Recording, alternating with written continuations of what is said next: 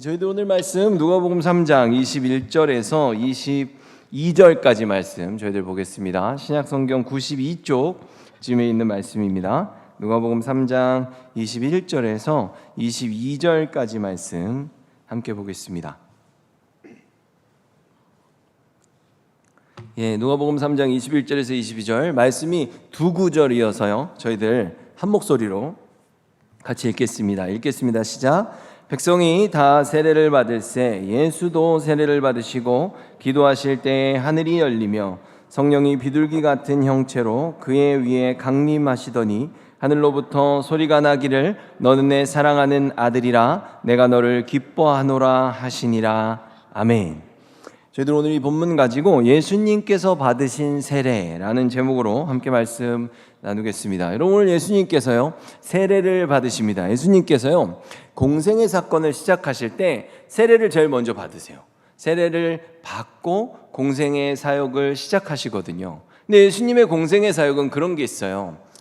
공생애라는 게 그 모든 공공의 사람들을 위한, 대중을 위한 그 공적인 삶을 사신다는 거거든요. 그러니까 예수님은 지금 구세주로서 십자가를 향해 가는 삶을 사시고요. 또 예수님의 그 3년 반이라는 공생의 시간을 통해 우리들에게 그걸 보여주시는 거예요. 이 땅의 하나님의 백성들이 어떠한 삶을 살아가는 게 가장 올바른 모습인가? 그것을 우리들에게 보여주시죠. 근데 그 사역을 함에 있어서 세례를 받고 시작하시거든요. 그게 굉장히 중요합니다. 저희가 내용을 살펴보면서 한번 볼게요.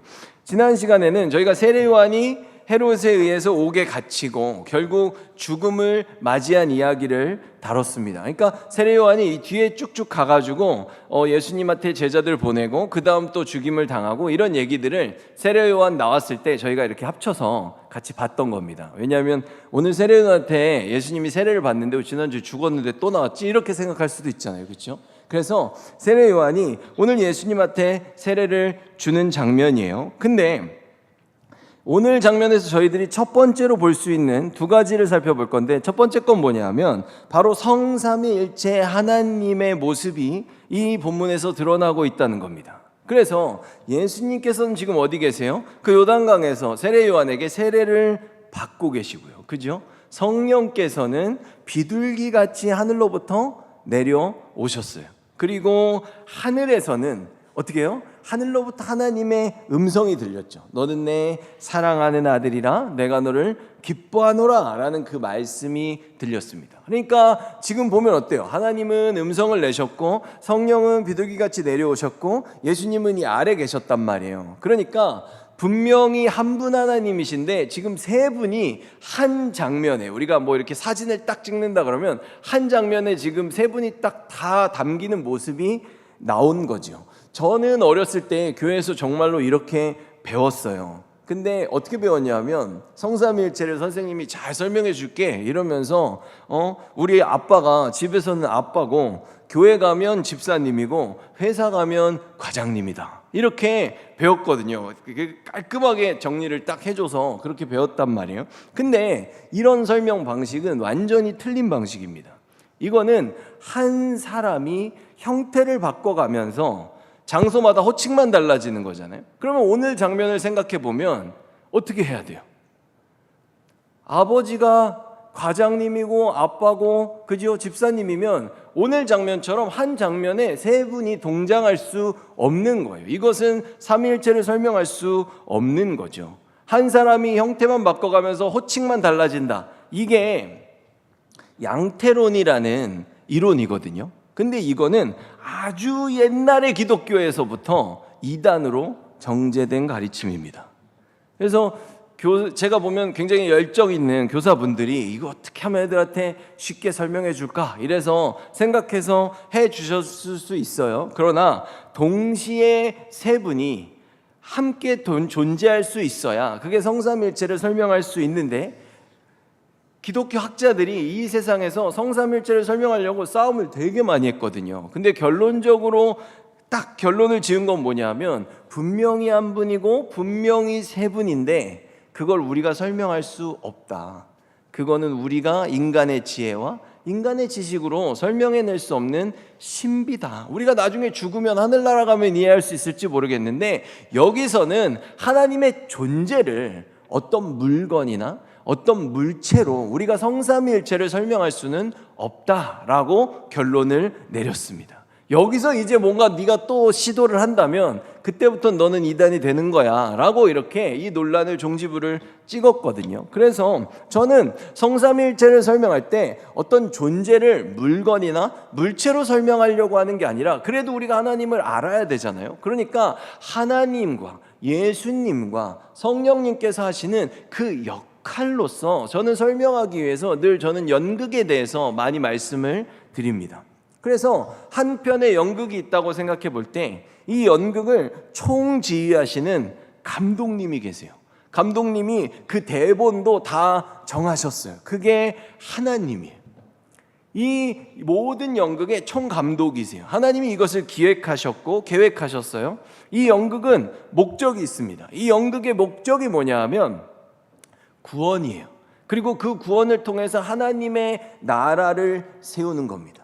그리고 이 연극에는요, 조연출이나 조감독 같은 분이 있죠. 성령님이 계세요. 성령님은 이 연극이 하나님의 감독의 뜻대로 완전하게 연극이 끝마쳐지고 이루어질 수 있도록 필요한 모든 걸 도와주십니다. 무대 조명도 도와주시고 연기자한테 대본도 보여주고 이런 모든 일들을 완벽하게 행하세요. 그리고 이 모든 청중들 앞에 직접 서는 연극의 주인공은 바로 예수 그리스도입니다.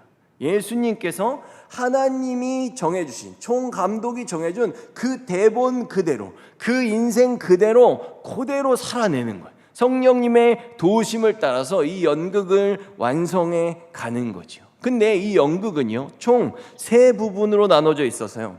예수님이 첫 번째 부분에서 십자가를 지시고 부활하고 승천까지 하시면 첫 번째 파트가 끝납니다. 그 다음에는 두 번째 부분이 시작돼요. 두 번째 부분에는 뭐냐면 하나님의 말씀도 똑같아요. 감독도 있고 성령께서 여기서 연극을 하는 사람을 계속 도와줍니다. 근데 이 예수님의 바로 그 자리에서 그리스도를 따르는 자들이라 불리는 크리스찬들이 교회로서 이 예수님이 하셨던 그 연극의 그 두 번째 부분을 교회가 해내는 거예요. 예수님의 구원과 하나님의 나라라는 동일한 주제로 우리는 계속해서 주님이 하셨던 그 연극을 이 땅에서 이어갑니다. 그리고 교회인 우리가 이 연극을 잘 이뤄낼 수 있도록 성령께서 어떻게 해요? 예수님을 도우셨듯이 우리를 계속 도와주세요. 그리고 우리의 심령 가운데서 함께 하시며 말할 수 없는 탄식으로 우리를 위해 기도하십니다. 그리고 예수님은 첫 번째를 마치고 그냥 쉬시는 게 아니라 하늘나라로 올라가서 보좌 우편에서 우리들에게 하늘과 땅의 모든 권세를 주시고 지금 우리를 위해 계속해서 기도하고 계십니다. 그리고 이 연극에는 세 번째 파트가 있어요. 그때는 뭐냐 하면 마지막 부분에 감독이 우리가 큐 이렇게 하잖아요. 하나님이 이제 그때가 됐다고 예수님에게 알려주시면 이제는 이 연극의 끝을 맺기 위해서 예수님께서 다시 오십니다. 새 하늘과 새 땅을 가지고 구원과 하나님 나라라는 이 연극의 주제를 완성하시기 위해 예수님께서 재림하신다는 거죠. 그렇게 세 번째 파트까지 되면 이 연극은 끝나게 됩니다. 그래서 저희들이요, 성삼위일체 하나님을 설명할 때 어떤 존재로서 어떤 물체들을 자꾸 예로 들려고 하는 건 좋지 않습니다. 그것은 하면 안 된다고 종결이 됐어요. 이 세상의 것으로 설명할 수 없다고. 그래서 이미 우리의 지혜와 언어로는 완전히 설명할 수 없는 성삼위일체 하나님은 신비다라고 결론을 내렸습니다. 그래서 저희들은 어떻게 해요? 구원과 구원을 통한 하나님의 나라를 세운다는 분명한 목적을 갖고 동일한 성품을 갖고 계신 거죠. 동일한 본질을 갖고 계시다 우리가 그렇게 말해요. 그러나 분명히 세 분이세요. 그 각자의 역할을 감당하시는 그 성삼위일체 하나님의 역할로 이해하면 우리가 하나님을 풍성하게 이해할 수 있다는 겁니다. 그리고 오늘 본문에서 볼 수 있는 두 번째 모습은 뭐냐면 바로 예수님께서 세례를 받는 장면이에요. 여러분, 예수님이 받는 세례가 어떤 의미인가를 우리가 생각해 볼 수 있어야 되는 겁니다. 예수님이 받는 세례는 뭐냐 하면 구약에 제사를 드릴 때요, 대제사장이 동물의 머리에 안수합니다. 그리고 이스라엘 백성들을 대표해서 백성들 전체의 죄를 대속죄일에 그 동물에게 옮겨요. 그래서 그 동물이 대신 죽으면 그날 이스라엘 백성 모든 사람들의 죄가 사해지는 겁니다. 그래서 인간의 대표로서 세례 요한이 예수님에게 대제사장이 했던 것처럼 인류의 모든 죄를 옮기는 역사가 바로 이 세례 요한의 세례를 통해 이루어졌다는 겁니다. 그래서요, 누가복음 7장 28절에 예수님이 그 세례 요한을 어떻게 말씀하시냐면 인간의 대표라고 그랬죠. 인류의 대표라고. 7장 28절에 내가 너희에게 말하노니 여자가 낳은 자 중에 요한보다 큰 자가 없다라고 말씀하세요. 세례 요한이 그 인간들 중에 그 대표, 가장 위대한 자다라는 뜻이거든요. 대표성을 갖고 지금 나에게 죄를 옮겼다라고 말씀하시는 대목이죠. 그래서 구약시대에는 이걸 누가 했습니까? 죄인들이 제사를 드릴 땐 직접 했어요. 자기가 직접 동물한테 죄를 옮겼고, 대제사장이 이스라엘 백성들 전체를 위해서 했을 땐 대제사장이 대표성을 갖고 백성들의 죄를 동물에게 옮겼습니다. 그래서 이 동물에게 안수를 하는 순간, 동물과 내가 닿는 순간 어떤 역사가 일어나냐 하면 동물과 나는 하나가 되는 거예요.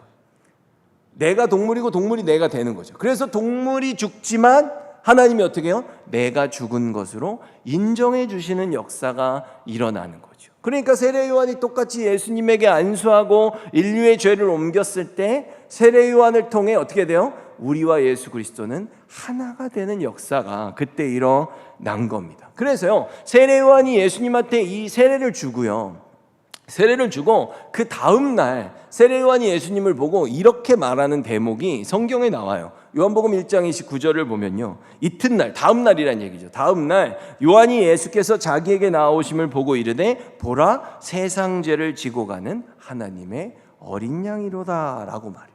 예수님이 인류의 죄를 다 받으셨고요, 그리고 예수님께서 공생의 사역을 할 때 이 사건이 중요하다 그랬죠. 세례 받고 하는 게 왜 중요하냐면 성령이 임하셨잖아요. 그러니까 예수님은 당연히 하나님의 말씀을 다 순종하실 수 있죠. 그러나 예수님께서는 우리와 똑같은 육신을 갖고 성령께서 도우실 때 우리가 이것을 완성해낼 수 있다는 걸 공생의 삶을 사시면서 친히 보여주신 거예요. 그래서 예수님께서 세례 받으실 때 성령이 예수님께 임하는 사건이 굉장히 중요한 겁니다. 그렇게 우리는 이 예수님의 이 세례 요한이 세례를 주는 사건을 통해 예수님과 우리가 하나가 된 겁니다. 그래서 하나가 돼서 우리가 어떻게 된 거예요? 예수님이 죽을 때 같이 죽고 예수님이 부활해서 다시 사실 때 같이 사는 역사가 바로 이 역사를 통해서, 이 세례 요한의 세례를 통해서 이루어졌다, 시작되었다라는 것을 우리가 알 수 있는 거죠. 근데 여러분, 그러면 우리도 세례를 받잖아요. 예수님의 그 세례가 어떤 의미를 담고 있는지 우리는 봐야 돼요. 왜냐하면 제가 여러분들에게 설명할 때 방금 구약시대에 동물의 머리에 안수를 하고 죄를 옮겼다 그랬죠. 그리고 동물이 죽어요. 그럼 동물이 죽으면 내가 죽는 것으로 인정해서 하나님이 나의 죄를 사해 주시는 거죠. 깨끗하게 씻어 주시는 거예요. 근데 예수님의 세례는 여기까지만 들어있는 게 아니에요. 여기까지만 들어있는 거면 예수님이 십자가에서 죽고 끝나야 돼. 근데 예수님이 받은 세례에는 뭐가 들어있냐면 구약시대 제사에 죄사함이 들어있고 십자가가 끝난 다음에 뭐가 있어요? 다시 3일 만에 부활하시잖아요. 예수님의 세례에는 부활도 들어있단 말이에요. 그러면 그 구약시대에 제사만 들어있는 게 아니라 그 부활의 삶이 들어있다면 거기엔 뭐가 추가로 들어있느냐? 바로 구약시대에 하나님의 백성들의 거듭남의 표식으로 받았던 할례가 거기에 같이 들어있는 겁니다. 그래서 전반부에는 죄사함이 들어있고요, 예수님이 십자가를 지신 그 후반부에는 바로 할례의 인생이 들어있는 거예요.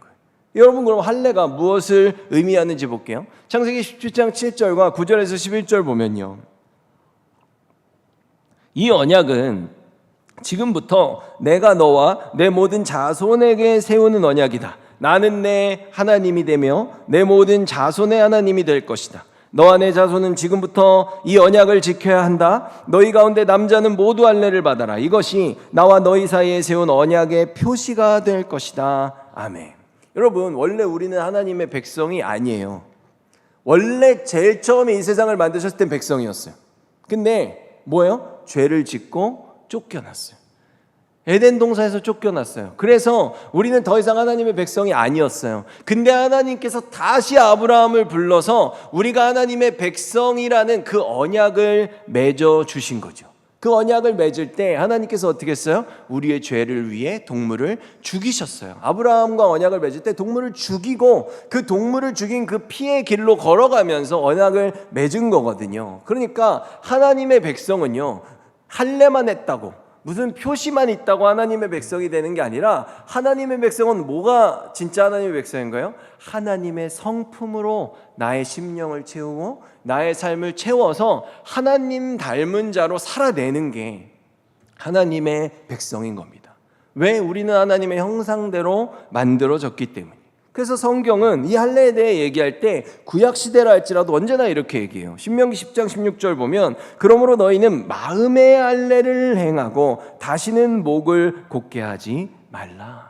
다시 태어나고 다시 거듭난 삶을 살아가는 거죠. 그러니까 할례는 몸에 행하는 거지만 우리는 어떻게 해요? 마음에 행하는 거고, 그 마음이 어떻게 해요? 더 이상 죄를 따라 살아가는 게 아니라 하나님의 말씀, 하나님의 성품대로 살아내는 새로운 거듭난 인생을 바로 이 할례가 드러내고 있다는 것입니다. 그래서 어떻게 해요? 예수님의 세례에는 바로 우리가 죄를 사함받았다는 구약시대 제사의 죄사함이 들어있고, 그리고 우리가 주님 안에서 완전히 새로운 백성으로 아담이 잃어버렸던 하늘 백성의 자리를 다시 되찾았다는 이 할례의 의미까지 이 세례에 같이 들어있는 겁니다. 그래서요, 로마서에서는 이 두 가지의 부분이 들어있다는 걸 이렇게 설명해요. 6장 4절에서 5절 보면, 그러므로 우리가 그의 죽으심과 합하여 하나가 됐다 그랬죠. 그죠? 동물하고 하나가 됐죠. 세례를 받음으로 그와 함께 장사되었나니. 이거는 뭐예요?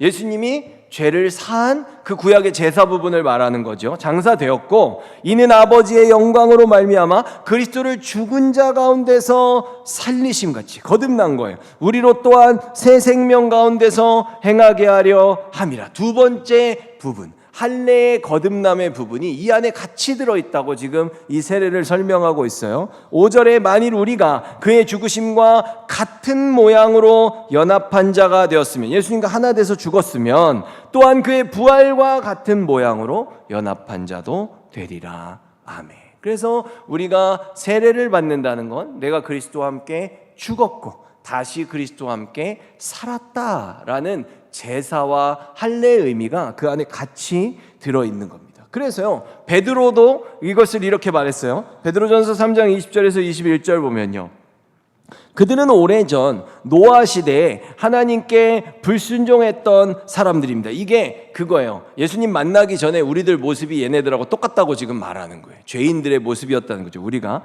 하나님께서는 노아가 방주를 다 짓기까지 오랫동안 그들의 악한 행동을 참으셨습니다. 그 홍수에서는 오직 8명만이 구원함을 받았습니다. 그 홍수는 이제 여러분을 구원하는 세례와 같은 것입니다. 이게 뭐예요?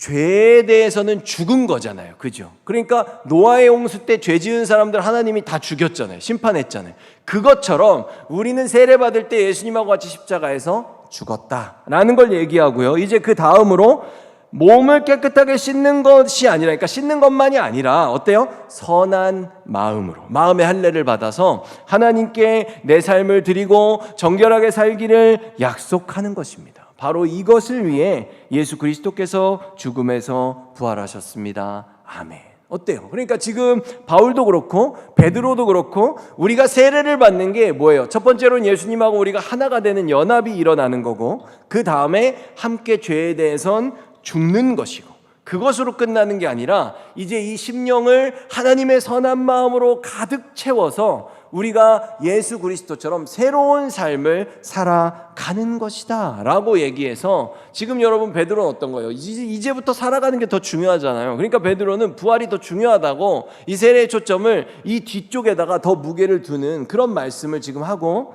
있는 겁니다. 그래서 이 세례라는 건요, 제가 의미도 이렇지만 세례라는 단어가 어디서 왔는지 제가 설명을 드린 적이 있거든요. 이게 뭐냐 하면 그리스에서 이 세례라는 단어는 원래 옷감을 물들이는 염색 공장에서 썼던 공업적인 용어라고 말씀을 드렸어요. 그러니까 색깔이 없는 옷감에다가 색깔로 물을 들이는 거예요. 그러니까 우리가 그리스도와 연합을 해서 세례를 받았다는 거. 그래서 그리스도와 함께 죽고 함께 살았다는 건 우리가 어떻게 되는 거예요?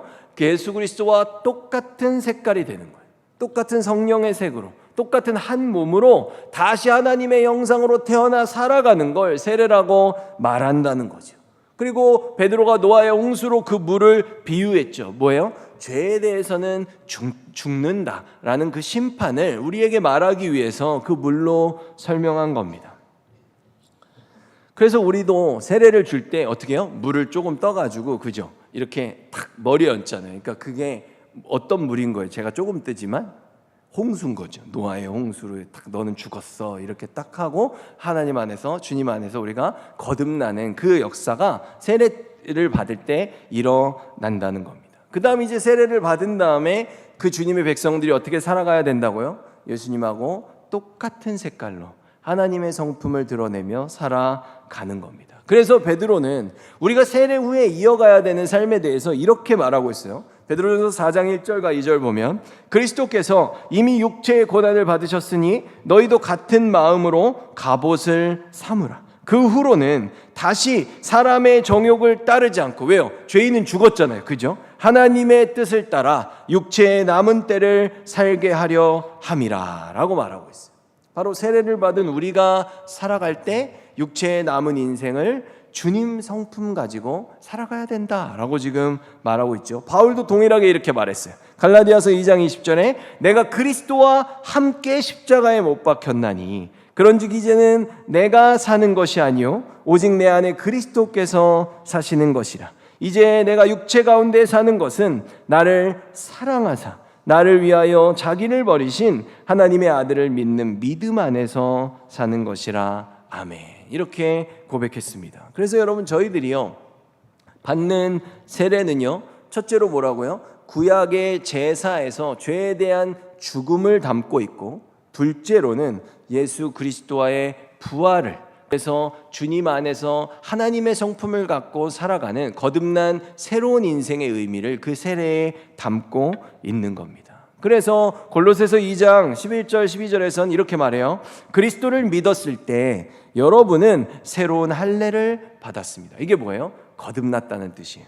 이것은 손으로 행하는 육체적인 할례가 아니라 그리스도에 의해 죄의 세력에서 벗어나게 되었음을 의미합니다. 여러분은 세례를 받음으로 그리스도와 함께 죽었고 믿음 안에서 다시 그리스도와 함께 살아났습니다. 이 믿음은 모든 죽은 사람 가운데서 그리스도를 다시 살리신 하나님의 능력을 믿는 것입니다. 아멘.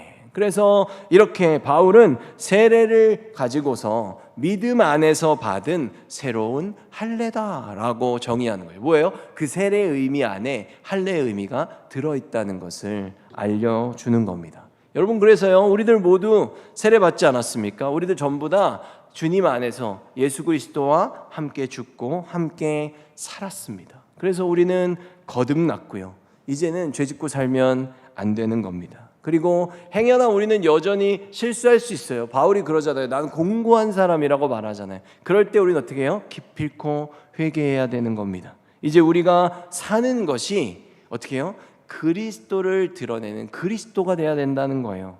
그렇게 우리가 우리의 남은 삶을 통해서 우리가 주님께 영광 돌릴 때 다른 사람들이 우리 삶을 통해 그리스도의 영광, 하나님의 영광이 드러나는 걸 볼 수 있어야 되는 거죠. 그래서 예수님께서 베드로한테 세례받고 거듭나는 삶을 살아갈 베드로한테 이렇게 말씀하셨어요. 요한복음 21장 18절 19절 보면 내가 진실로 진실로 내게 이르노니, 제가 말씀드렸죠. 진실로 진실로가 뭐라고요? 아멘 아멘 두 번 하는 거예요.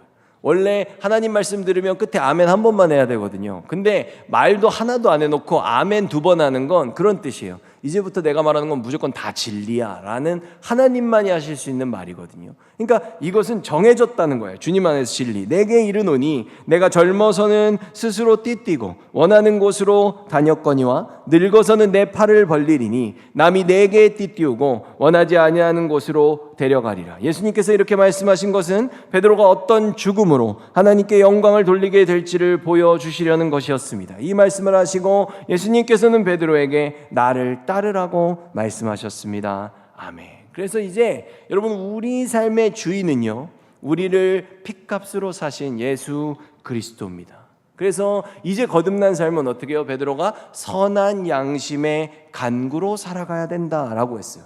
하나님만이 선하셔서요, 우리 안에서 선한 게 나올 게 없어서 우리는 선을요, 이 말씀을 통해 배웁니다. 그래서 우리가 선한 양심의 간구로 살고자 한다면 우리는 더 말씀에 가까이 가야 돼요. 말씀에 주야로 묵상해야 되고 말씀에 늘 참회하는 자가 돼야 되는 거죠. 바울은 이런 삶에 대해서 뭐라고 말했습니까? 나는 죄인 중에 괴수다. 내가 너희들에게 자랑할 수 있는 건 그리스도의 십자가밖에 없다고 고백했습니다. 그럼 바울의 고백, 또 이런 베드로의 고백이 우리들의 평생의 고백이 되길 예수 그리스도 이름으로 축원합니다.